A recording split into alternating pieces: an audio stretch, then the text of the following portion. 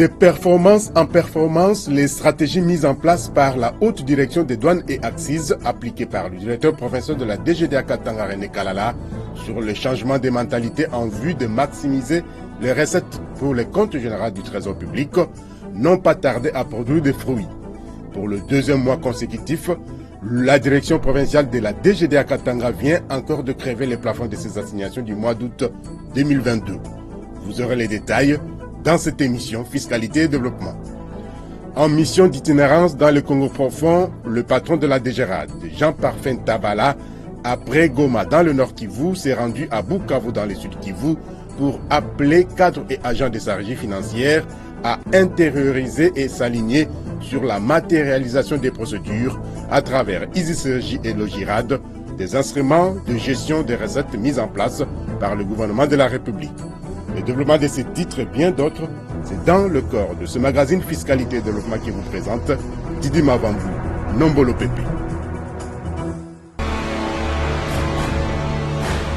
Agence Galaxy Media, la passion de développer la RDC. C'est encore et toujours un réel plaisir pour nous de vous retrouver dans le cadre de ce grand rendez-vous de fiscalité et développement, magazine d'information économique, finances publiques et questions de développement au pays de Joseph Kassavubu. La rentrée scolaire 2022-2023 effective dès ce lundi 5 septembre 2022 sur toute l'étendue du territoire national, mais sur le marché, il s'observe une surchauffe où les prix des différentes fournitures scolaires sont en hausse généralisée. Une situation qui inquiète les parents d'élèves qui, selon eux, se trouvent dans l'impossibilité de se procurer l'essentiel des objets classiques. Geneviève Mizegile-Katengesia, Armen Ngoma Moussakanda. Comme il est de coutume chaque année, à quelques heures de la rentrée scolaire, on observe un engouement devant les magasins et boutiques des clients qui viennent acheter différents articles dans le cadre du préparatif de la rentrée des classes de leurs enfants. Mais cette année, la situation est contraire sur le terrain. La conjoncture socio-économique ne semble pas favorable aux parents qui constatent malheureusement avec beaucoup de regrets la hausse généralisée des fournitures scolaires. Les fournitures scolaires, pour le moment, c'est très cher. Parce que pour que nos enfants aillent à l'école, il faut que les parents achètent les fournitures scolaires. Mais nous n'avons pas d'argent. Il y a aussi la hausse des prix sur les marchés. Maintenant, qu'est-ce que nous allons faire? Comment les enfants vont partir à l'école? Malgré qu'on nous a annoncé la gratuité de l'enseignement. Est-ce que les enfants vont aller à l'école sans des fournitures scolaires? Je ne sais pas. Vous pouvez demander même les prix des sacs des enfants pour aller à l'école. Il y a des sacs qui coûtent 122 500, il y a des sacs de 85 000, il y a des sacs qu'on vend à 50 000. Maintenant, les parents ne sont pas payés. Surtout nous les fonctionnaires.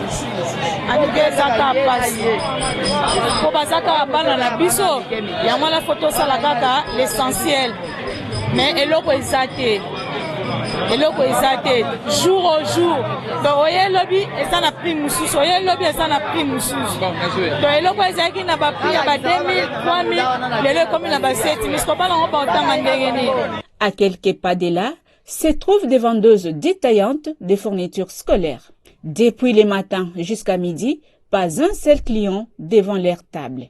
Ces dames d'une trentaine révolue déplorent les nouveaux systèmes qui s'opèrent au niveau des écoles, celui d'obliger aux parents d'acheter des objets classiques, y compris des uniformes, au sein même des établissements scolaires où fréquentent leurs enfants.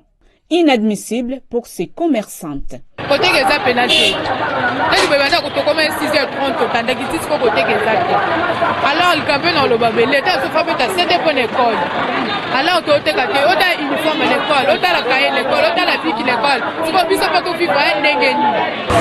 Ande tote karapenza nanu penza tote quitter. C'est ça le problème.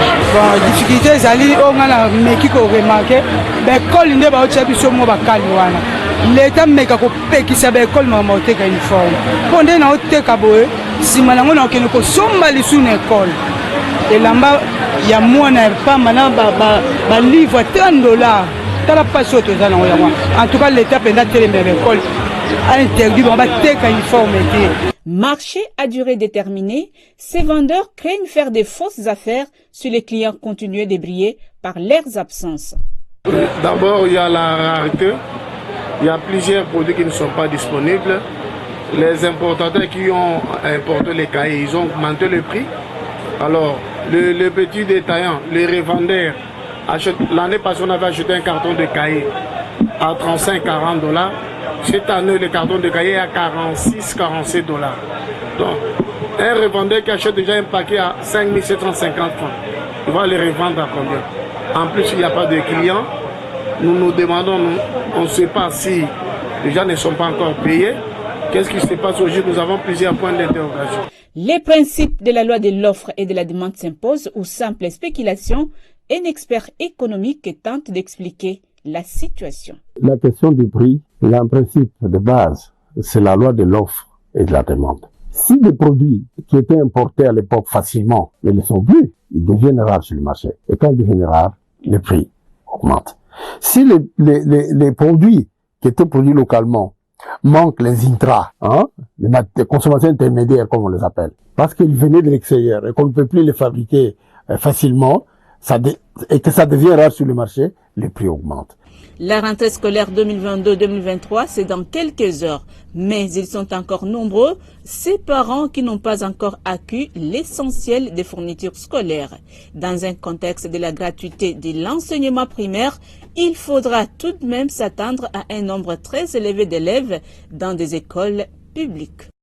Désormais, la transparence dans la gestion de passation de marchés publics au Congo-Kinshasa a une réponse. C'est le système intégré de gestion des marchés publics lancé par le président de la République, Félix-Antoine Tshisekedi Tshilombo, lundi 29 août 2022. Un projet exécuté par le comité d'orientation de la réforme des finances publiques, COREF, Ruben Mayonitia Kiyunga, Fanfan Makitudoma. Il vient garantir la transparence dans la gestion des marchés publics en République démocratique du Congo et la production automatique des statistiques de ces mêmes marchés. Il vient également assurer la sécurité des projets et des achats publics, ainsi que l'exhaustivité, la traçabilité et la célérité des opérations des marchés publics au Congo-Kinshasa. C'est le système intégré de gestion des marchés publics SIGMAP, lancé officiellement par le président de la République, Félix-Antoine Tshisekedi. Le SIGMAP, en tant que logiciel de gestion des marchés publics, permet d'automatiser l'ensemble des procédures de passation des marchés, de réduire le délai de traitement des dossiers, d'assurer leur traçabilité ainsi que la production automatique des statistiques. La nécessité de la mise en place du SIGMAP comme une plateforme logicielle regroupe les acteurs de la gestion des marchés publics, dont l'autorité de régulation des marchés publics, la Direction générale des contrôles des marchés publics, la cellule de gestion des projets et des marchés publics, les autorités approbatrices, ainsi que les différentes autorités contractantes de l'État, a fait savoir le ministre d'État au budget Aimé Boji, qui a assuré un accompagnement politique du projet. À l'instar de pays qui en disposent déjà, ce portail web va assurer la suppression des contacts physiques entre les animateurs des institutions publiques et ceux du secteur privé, réduisant ainsi fortement les opportunités de corruption. Concrètement, le SIGMAP intégrera les principales fonctionnalités ci-après. L'enregistrement des plans de passation des marchés et le traitement automatisé du contrôle a priori. La gestion et la publication des avis des marchés publics, la gestion de toutes les opérations de passation des marchés publics, le suivi et l'exécution des marchés publics, la gestion des recours, le suivi de toutes les opérations des marchés publics à travers un tableau de bord et la production automatique des statistiques. Comme tout projet informatique, le SIGMAP a été précédé par une phase d'étude ayant permis l'identification du besoin à travers des termes de référence avant le recrutement d'un consultant validé par le comité mis en place par le COREF sous la conduite de l'assistant technique Jean-Baptiste Veko. Un schéma directeur traduit en langage informatique est sorti de l'étude, ce qui constitue en fait la solution proposée par le consultant et validée par les experts du gouvernement. La mise en place du logiciel qui s'inscrit dans la démarche du gouvernement de numériser ses administrations La modernisation de l'outil de travail constituant ainsi un défi urgent que le gouvernement est appelé à relever en vue d'améliorer la fiabilité de l'information financière et résoudre les problèmes relatifs au traitement manuel et moins efficient du processus des marchés publics. Le coordonnateur national du COREF a salué l'implication personnelle du chef de l'État dans la conception et la mise en œuvre de cette réforme phare de la transparence dans la gouvernance des marchés publics. Ce que Godefroy Misenga a qualifié de manifestations éloquentes de la volonté politique au sommet de l'État quant à l'impulsion stratégique et le portage politique des changements dans la gouvernance des finances publiques. La stratégie est bâtie autour de 8 axes principaux, dont le premier, c'est la réforme budgétaire, et dans ces piliers-là, l'objectif tout simplement est de centrer la gestion budgétaire autour de la performance, en évaluant de façon systématique la gestion budgétaire en termes d'efficacité, d'efficience, de pertinence et d'incidence socio-économique. Le deuxième axe, c'est la réforme de la fiscalité publique. Comme vous le savez, Excellence, les taux de pression fiscale en RDC continuent à être en deçà de la moyenne sous-régionale. L'ambition est d'aller vers un taux de pression fiscale qui avoisine le 20% du PIB. Il faut renforcer les systèmes de gestion budgétaire, organiser la gestion de la dette, organiser également la passation de marché. Toutes ces réformes devaient être bâties autour d'un système de numérisation. Et c'est dans cette perspective qu'on est en train de poser les jalons pour mettre en place un système intégré de gestion de finances publiques avec de passerelles qui devraient se communiquer devant tous les domaines de gestion de finances publiques. Pour le président de la République qui a lancé le système, le SIGMAP traduit la volonté du gouvernement d'assainir les marchés publics, la commande publique constituant un indicateur de la vie publique. Félix-Antoine Tshisekedi a instruit ainsi le gouvernement d'étendre le déploiement du SIGMAP jusque dans les entités territoriales décentralisées. L'une des importantes clés du développement national avéré actuellement dans le monde demeure l'amélioration de la qualité de la dépense publique, notamment par la rationalisation des procédures de la commande publique, lesquelles doivent reposer sur un système d'information des marchés publics en tant que socle inébranlable de la transparence. Le système d'information qui est lancé traduit ma volonté et celle du gouvernement d'assainir durablement le secteur des marchés publics. Ainsi, il y a lieu de considérer que l'heure a sonné de mettre un terme à toute pratique irrégulière de gestion dans le dit secteur. Pour ce faire, ce logiciel mettra au grand jour les processus et les informations qui, jadis, étaient très opaques. Il est donc important que les acteurs de la commande publique dans notre pays s'approprient l'outil présenté ce jour, qui, de toute évidence, renforcera la transparence dans la gestion des marchés publics, tant dans leur passation que dans leur exécution et contrôle. Mesdames et messieurs, distingués invités, le lancement de SIGMAP aujourd'hui n'est qu'une première étape vers la numérisation totale de la gestion publique dans notre pays. Voilà pourquoi je recommande au gouvernement d'étendre l'usage de cet outil informatique à toutes nos entités publiques, à savoir les autres administrations du pouvoir central, les entreprises et établissements publics, les provinces et les entités territoriales décentralisées.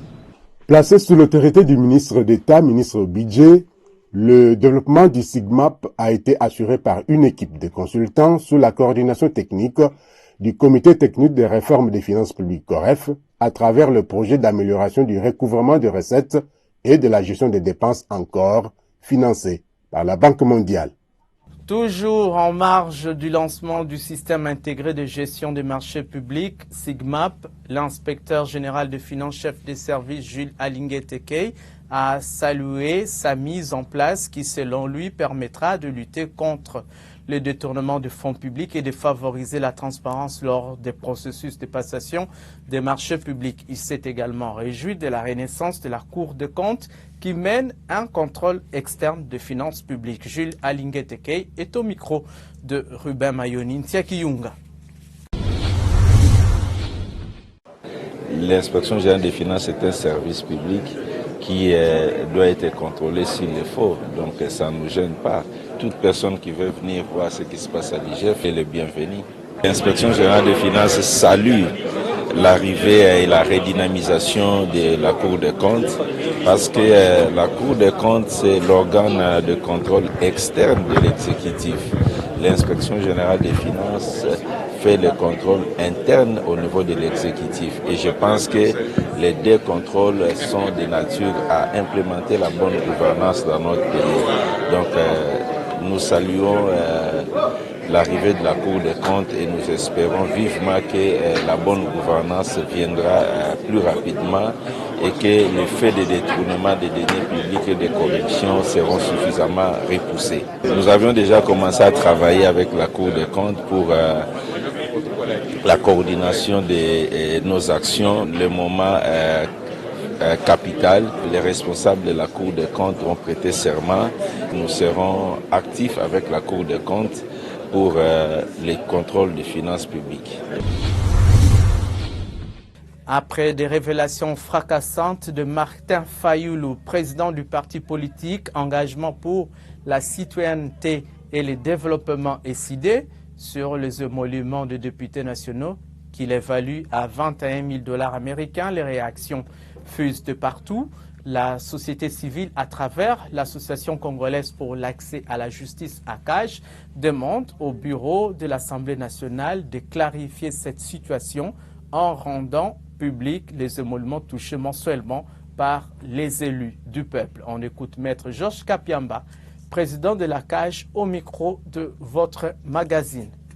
Ce que nous avons retenu à cet instant, en attendant la livraison de l'information officielle qui devra être donnée par les bureaux, dont nous encourageons davantage à les faire aussi rapidement et de ne pas laisser les gens spéculer dans tous les sens, c'est que il n'est pas aujourd'hui établi clairement que les députés toucheraient du coup comme ça 21 000 $, mais qu'ils ont une rémunération qui s'avoisine à 16 millions de francs congolais, qu'en dehors de ça, ils perçoivent ces primes qui, une fois additionnées, peuvent permettre éventuellement de tourner autour de 20 000 $ américains. Alors, nous avons posé la question de savoir, parce que les 16 millions sont déjà une somme reprise dans la loi des finances, mais quelle est la source des autres primes? Ils nous ont dit que ces primes sont payées, généralement, primes ou avantages sont payés sur la rubrique des frais de fonctionnement. Voilà pourquoi nous insistons pour que ce soit les bureaux qui donnent ces explications pour éviter tout malentendu dans l'opinion. Dans les conditions socio-économiques actuelles de notre pays, c'est extrêmement, moi je peux dire, c'est beaucoup. Au vu de la situation difficile que le pays traverse. Parce qu'il ne faut pas oublier que nous avons des urgences telles que, aujourd'hui, la réorganisation de nos forces de défense et de sécurité qui demandent des moyens. Cependant, avec cette question, je crois que ça a relancé encore le plaidoyer que nous, l'ACAJ, nous avions fait depuis 2020 à l'endroit de nos parlementaires et du gouvernement pour insister sur le fait que, premièrement, tous les salaires, les rémunérations de tous les agents publics de l'État doivent être connus, doivent être publiés. Et je me rappelle que le président de la République lui-même aussi avait promis ça à Goma, que tout allait être publié, c'est-à-dire au journal officiel. Ça ne doit pas être un secret. L'IGF accomplit un travail de titan tant dans le contrôle a priori, a posteriori et concomitant dans les finances publiques, une patrouille financière qui produit des fruits mûrs. Par ailleurs, l'on se pose la question de savoir si ces contrôles est également mené sur les subventions apportées par quelques institutions pour financer la réhabilitation de certaines infrastructures de base. Le professeur Florimond Mouteba, président du conseil d'administration de l'Observatoire de la dépense publique ODEP, est revenu sur la question dans cet échange avec Ruben Mayoni qu'il a eu au téléphone. Professeur Florimond Mouteba, bonjour. Bonjour.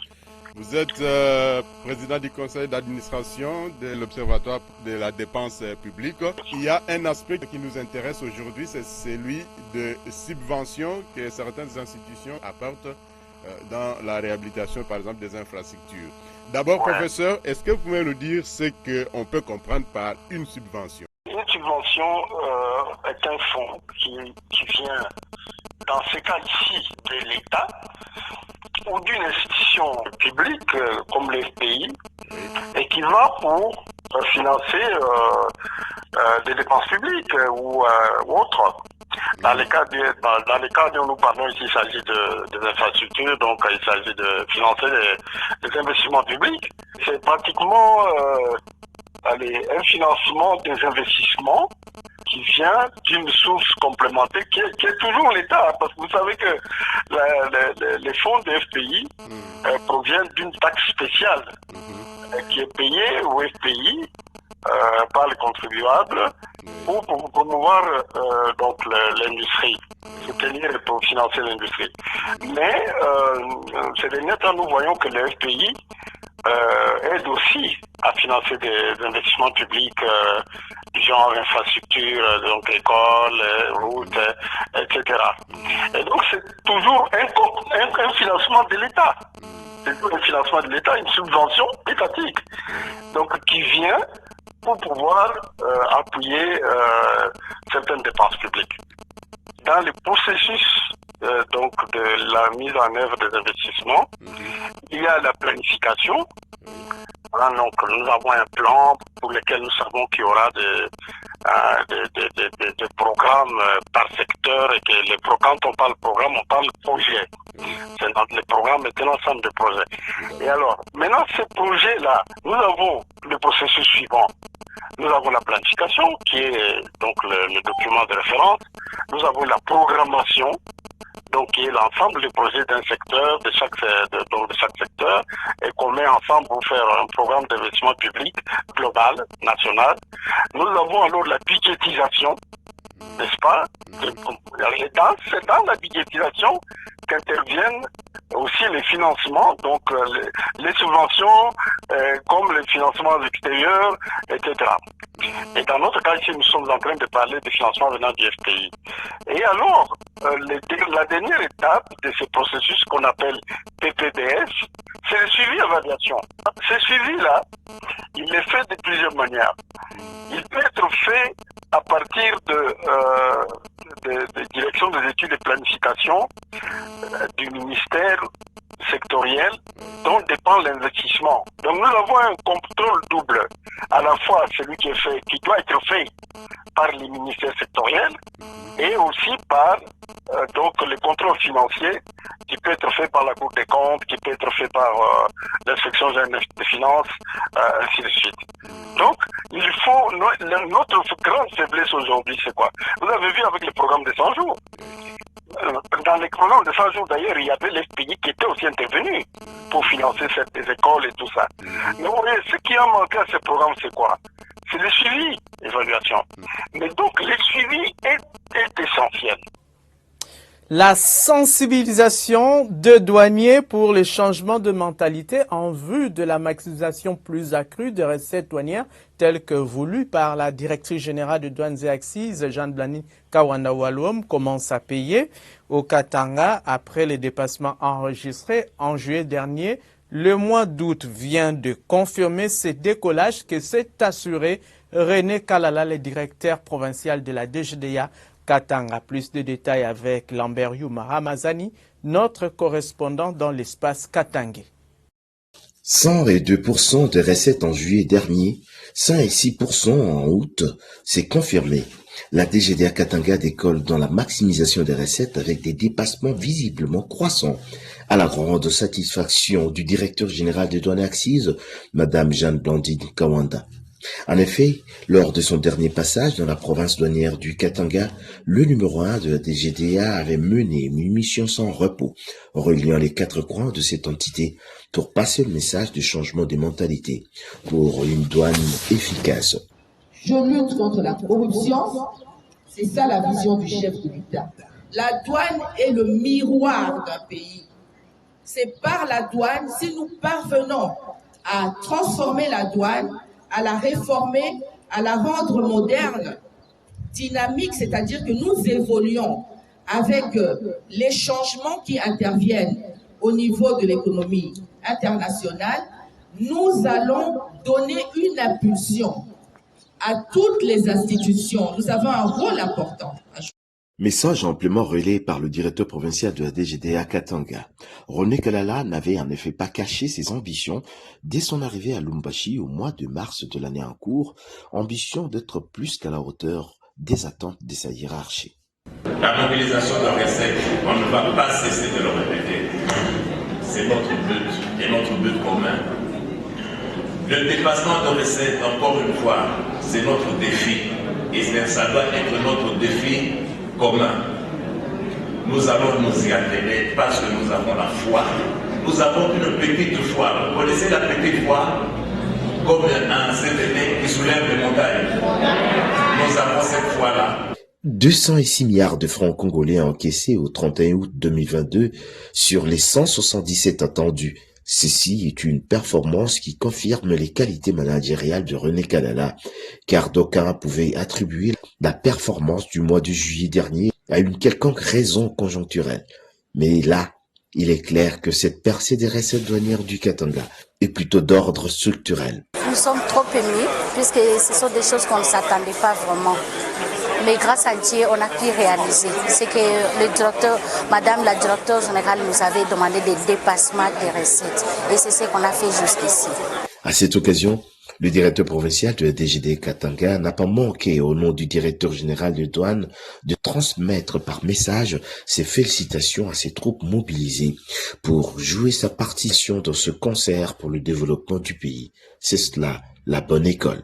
En mission d'inspection des services diligentée par le ministre des Finances Nicolas Kazadi-Kadima, le directeur général de la DGRAD, Jean-Parfait Ntabala Mourandikire, est arrivé ce samedi 3 septembre 2022 à Bukavu, à Goma, où il a débuté sa mission. Le patron de cette régie financière a insisté sur l'obligation pour tous les cadres et agents de sa régie financière et des services d'assiette, d'intérioriser et de s'aligner sur la dématérialisation des procédures à travers ISIS Régie et Logirad, instrument de gestion de recettes du Trésor mis en place par le gouvernement de la République. Images et commentaires.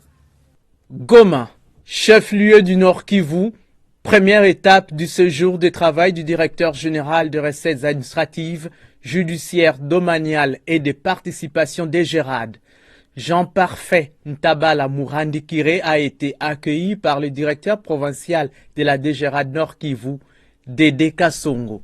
Le patron de la cadette des régies financières a déclaré être dans la ville volcanique pour inspecter les services rendus par la direction provinciale de la DGRAD Nord Kivu et voir également les conditions de travail dans lesquelles évoluent ces cadres et agents dans cette partie de la République. La mission principale, c'est l'inspection des services. Je voudrais me rendre compte de la manière dont les services de la DGRAD fonctionnent à la direction provinciale de la DGRAD. Vous connaissez bien l'objet de la DGRAD, j'imagine.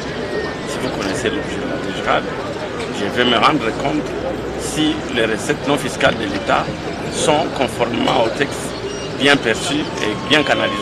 Il a profité de cette occasion pour parler avec son personnel des réformes engagées au sein de la régie, parmi lesquelles l'informatisation des opérations avec les logiciels ISIS Régie et les Logirad, tout en leur promettant l'amélioration de leurs conditions de travail. Le souci du directeur général Jean-Parfait Ntabala étant de maintenir la barre très haut dans la mobilisation des recettes, il a appelé les cadres et agents de la DGRAD ainsi que le service d'assiette à travailler davantage pour réaliser voire dépasser les prévisions budgétaires de l'année 2022. Les recours au logiciel Isis Régie et le GIRAD a beaucoup contribué aux performances enregistrées par cette régie financière. Avant de quitter Goma, le directeur général de la DGRAD est allé présenter ses civilités auprès du gouverneur militaire du Nord Kivu, le lieutenant général Constant Ndima. Retenez que je suis venu présenter mes civilités. Comme vous le savez, je viens faire une visite d'inspection de nos services et d'échanger avec les membres de la FEC, d'échanger avec les responsables des services mobilisateurs des recettes au niveau de la constatation de la liquidation, ça veut dire les services d'assiette, ainsi que les agents de la DGRAD.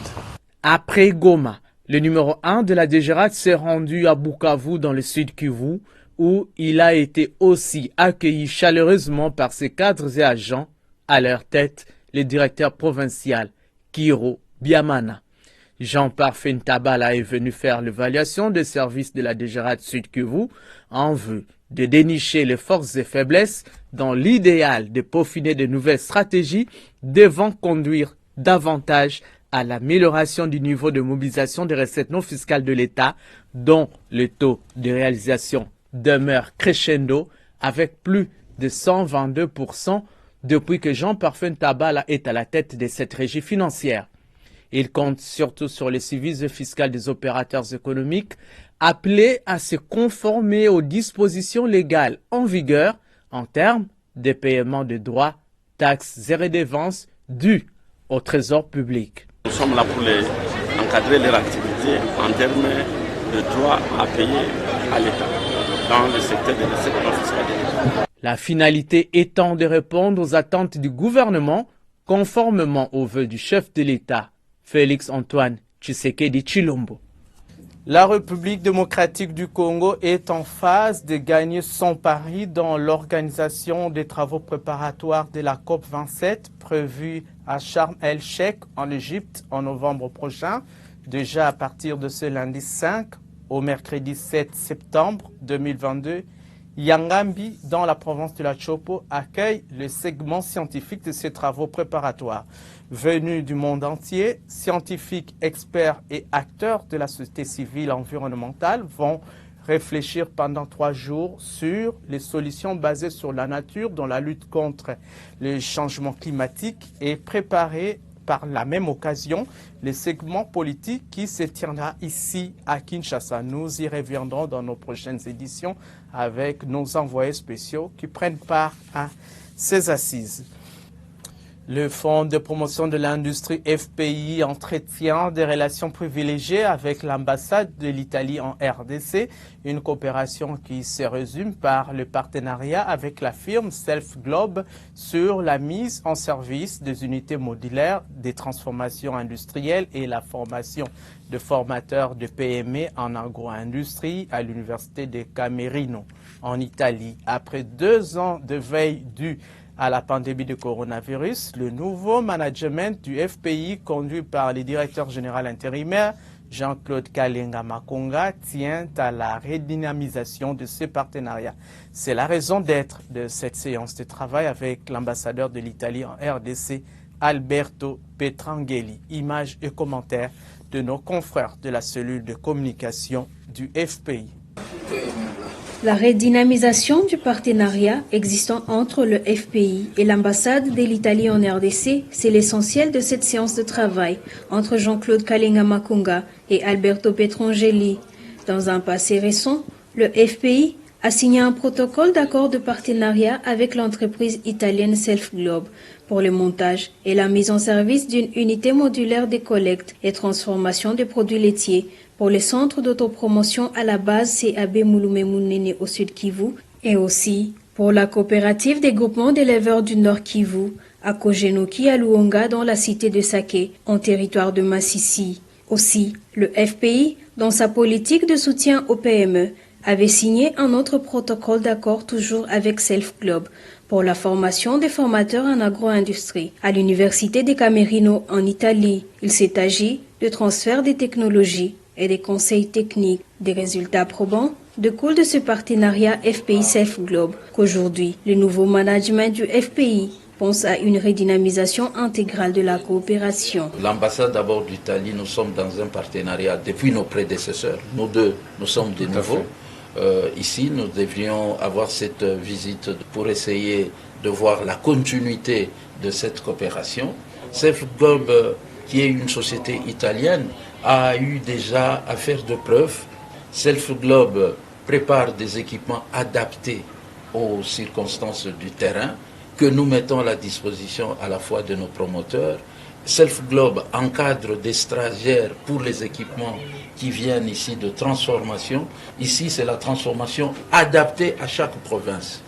Quand une province est à caractère agricole et qu'une province a comme produit agricole le manioc, nous faisons la formation en fonction de cela. Une province dont, par exemple, c'est l'ananas, nous essayons de former et avoir des équipements dans la transformation de l'ananas, du café, du cacao.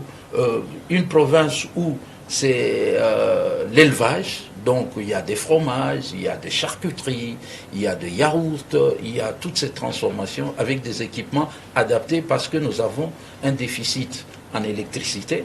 Et Self Globe a des techniques qui font qu'avec des petites unités modulaires dans des conteneurs, nous parvenons à aller du produit brut jusqu'au produit fini en un laps de temps dans un conteneur avec l'emballage, avec des produits capables d'être commercialisés directement. Cette nouvelle donne est aussi l'avis de l'ambassadeur de l'Italie en RDC qui espère que cette coopération pourrait être renforcée par la création de nouvelles entreprises dont le pays a besoin. Il y a des relations étroites entre le FPI et l'Italie depuis des années dans le domaine de la promotion de l'industrie ici en RDC. On est en train de former des formateurs ici au Congo, donc des gens qui peuvent à leur tour former des jeunes dans l'entrepreneuriat et dans la formation de nouvelles entreprises, dans le domaine de la transformation agricole et aussi dans d'autres domaines. Donc c'est un partenariat qui fonctionne très bien et qui continue à produire ses fruits. J'espère qu'on va aussi renforcer encore de plus notre coopération pour créer de nouvelles entreprises ici en RDC parce qu'il y en a besoin. Par ailleurs, il s'y est de préciser, à la suite d'une formation théorique reçue sur l'agro-industrie, 18 nouveaux boursiers venus du Sud et du Nord Kivu, mais également du Maniema, constituant la deuxième vague des formateurs, devront se rendre à l'Université de Camerino, en Italie, pour parfaire leur apprentissage pratique. Les questions liées aux facilités diplomatiques à leur accorder ont aussi été évoquées lors des échanges entre le directeur général intérimaire du FPI et l'ambassadeur italien en RDC. Le site agricole de Masinaray 1 serait menacé de spoliation à la grande inquiétude des cultivateurs locaux très dépendants économiquement de cet espace aménagé par l'État congolais grâce au partenariat avec les Chinois. Dans ces sites agricoles, on y cultive du riz, des gombo et autres fruits et légumes. C'est un reportage d'Exter Mokweti réalisé sur les images de Boni Lokongo Kumba. Nous sommes au site agricole Masinaray 1, au quartier Fumuchoka, dans la commune de Massina. Dans ce vaste espace aménagé par les Chinois depuis 1969, avec la bénédiction du gouvernement congolais, on pratique le maraîchage, c'est-à-dire la culture des fruits et légumes. Loso otoliaka etekama pe partout ezokende pe libanda na bamboka na biso voisin bazo sele appelé loso na biso na mabeleka o ezana protéine. Après loso, deuxième chose on a salaka ezali dongo. Loso soki toloni yango na mois de janvier, février, mars et sili tokolona lisute tozozela 7e mois poto récolter yango toteka tolia tocha ba provision na bandako na biso. Yango wana musala mamanga na salaka nalonaka isusu ndunda matembele ngai pointe épinard pe biloko ebele ya ndenge na ndenge. Ce site appartient à l'État. C'est l'État congolais qui est le propriétaire de ces sites agricoles. Nous avons plusieurs difficultés La première et le premier problème que nous avons ici, ce sont des menaces de spoliation et de déguerpissement. Je crois que nous suivons à la télé partout que les sites agricoles sont menacés par les hommes forts, entre guillemets, pour poser des maisons partout. Alors il arrivera certainement, si ces mouvements continuent, il arrivera un moment où Kinshasa n'aura plus les légumes ici. Il faut attendre les légumes des Bandundu, des Bas-Congo pour consommer. Des menaces de spoliation réelles qui inquiètent ces cultivateurs, très dépendants économiquement de leurs activités maraîchères exercées dans ces sites agricoles. Loso o biso tolonaka awa na bilanga na biso ya ba chinois na ngambu ya Kambwadi pembeni na poste ya polisi pont ya ba FARDC na biso ete kama kalibanda pe basaki ebimaka ebele ezokende na njili na 6 banikisaka ngo kuna siko batekaka par ba kilo bakote kilo 50 kilo bayebi monta nango bango moko 100 kilo ezosala pe matina otomelaka. En plus de craindre la perte de ce site agricole de Massina Rail 1, qui constitue pratiquement leur gagne-pain, ces maraîchères déplorent le manque de soutien du gouvernement. Faute d'outils modernes, difficile pour ces agriculteurs locaux d'améliorer leur production. Jetons maintenant un regard sur le comportement de prix de quelques denrées alimentaires de grande consommation sur le principal grand marché de la ville de Kinshasa au samedi 3 septembre 2022 avec Ruth Kambaji Angagne. Les tendances des prix de quelques denrées alimentaires de grande consommation au samedi 1er septembre 2022 sur les différents grands marchés de Kinshasa s'ouvrent avec les cotises viande communément appelées mi-panzi, dont le prix d'un carton de 10 kg est resté stable au marché de la Liberté depuis la semaine passée, se négociant à 80 000 francs congolais. Même constat fait au marché Zigida où ces mêmes cartons de cotises viande est passé de 80 000 francs congolais à 85 000 francs congolais, 75 000 francs congolais au marché Gambela et enfin au marché Matete, le prix revient à 79 000 francs congolais. Côté légumes, les amarandes connues sous le nom de Biteku-Teku en province, à la fois du Congo central et de la commune d'Insele, la botte de ces produits agricoles coûte 1000 francs congolais au marché de la Liberté, 1500 francs congolais au marché Zigida et 1000 francs à la fois au marché Gambela et Matete. Côté produits secs, sachez que le prix d'un sac de semoule de 25 kg s'achète à 47 500 francs congolais au marché de la Liberté, 48 000 francs congolais au marché Zigida, 50 000 francs congolais au marché Gambela et enfin 52 000 francs au marché Matete. Au sujet de l'huile végétale de la marque régionale de l'entreprise Palmeco, le prix d'un bidon de 5 litres coûte 25 500 francs congolais au marché de la Liberté, 25 000 francs congolais au marché Zigida et enfin au marché Gambela et Matete, ces bidons d'huile végétale de 5 litres se négocient à 26 000 francs congolais. Bouclons ce tour de tendance de prix de quelques produits alimentaires de grande consommation avec l'orange, dont un lot de 3 fruits se vend à 1000 francs au marché de la Liberté, 1500 francs à la fois au marché Zigida et Gambela et Matete. Tels sont le prix de quelques denrées alimentaires de grande consommation collectées par l'agence Galaxy Media.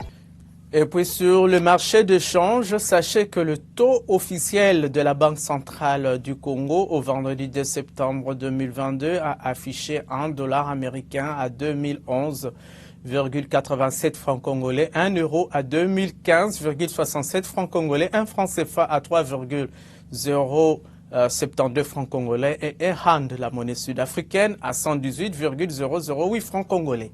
Au samedi 3 septembre 2022, au parallèle cette fois-ci, le taux a varié entre 2000 et 2050 francs congolais. Les billets verts dans la majorité de communes de Kinshasa, à l'aéroport international de Njili, la devise américaine s'est changée à 1950 francs congolais, à 2000 francs dans plusieurs supermarchés de Kinshasa et à 2055 francs congolais, la devise américaine, précisément sur l'avenue Bokassa dans la commune de la Gombe. 2000 francs congolais, c'est le taux observé à Kananga dans la province du Kasaï central, même taux observé à Lodja dans le Sankourou, à Mweneditu dans la province de la Lomami et à Kailo dans le Maniema. 2005 francs congolais, le dollar à Mbandaka, nous sommes là dans la province de l'Équateur. Enfin, le pic du taux de change à l'intérieur du pays a été observé ce week-end à Kalemi dans la province du Tanganyika où $1 américain s'est négocié à 2010 francs congolais. Voyons à présent les nouvelles de cours des principales matières premières sur le marché international au deuxième fixing du samedi 3 septembre 2022. D'abord à New York, le baril du brut léger américain a coûté 87,28 $ américains en hausse de 1,10%, hausse également à Londres de 1,10%, le baril du Brent s'est vendant à 93,18 $ américains. À en croire le site prixdubaril.com, les cours de l'essence et de son cousin le plus proche, le gazole, deux produits pétroliers évoluent de façon totalement décorrélée depuis plusieurs semaines. Si l'un dégringole, l'autre se maintient, défiant les perspectives moroses de l'économie mondiale. Le prix du gaz naturel est toujours en dessous de 1000 $ américains le kilowattheure, se vendant à 926 $ américains, mais en hausse de 1,04%. Sur le marché minier, la tonne métrique du cuivre s'est négociée à 7701,50 $ américains, toujours en baisse de 2,64%. Les prix de la tonne métrique du cobalt ne cessent de reprendre du poil de la bête, se vendant à 51 525 $ américains, soit une hausse de 0,04%. L'once d'or est restée stable à 0,00% depuis plusieurs mois, se vendant à 1710,45 $ américains. La tonne du fer est descendue sous la barre des 100 $ américains à 95,55 $ américains, en baisse de 0,74%, selon investing.com. La tonne du coltan, de son côté, est restée dans une stabilité dans le vert de 0,00%, se vendant à 114 000 $ américains, selon le site investir.leseco.fr. La tonne du lithium, de son côté, a coûté 1949 $ américains, en forte hausse de 14,65%. Côté produits céréaliers, la tonne du maïs s'est négociée à 602 $ américains, en forte baisse de 8,58%. Baisse également du prix du riz de 0,74%, la tonne coûtant 17,33 $ américains. Baisse également du côté blé de 0,68%, la tonne se négociant à 783 $ américains. Pour les autres produits agricoles, la tonne du café a affiché une forte hausse de 86,52% à 233 $ américains la tonne, en raison d'une hausse importante des coûts de production depuis plusieurs mois et l'inflation galopante, les professionnels étant contraints d'augmenter leurs prix. La tonne du cacao a gagné 2,16% de sa valeur, la tonne se négociant à 2368 $ américains. Enfin, la tonne du coton a valu 113 $ américains, soit une forte hausse de 10,14%. Une hausse justifiée par une demande exponentielle depuis la reprise économique, tandis que les récoltes de coton aux États-Unis d'Amérique, troisième producteur mondial, ont été touchées par les sécheresses. Terminons en rose cette édition de Fiscalité et Développement en vous informant que l'agence Galaxy Media est de nouveau bénie par le mariage de sa journaliste Naomi Makwela Etsune, désormais Naomi Naki, qui a dit oui pour la vie à Thierry Naki. La famille Agem a rendu tous les honneurs nécessaires au couple Naomi et Thierry Naki, qui sont désormais unis pour la vie. Nous les souhaitons toutes les bonnes choses du monde. Cette merveilleuse nouvelle boucle cette édition de Fiscalité et Développement. Merci de nous avoir suivis depuis Bondo.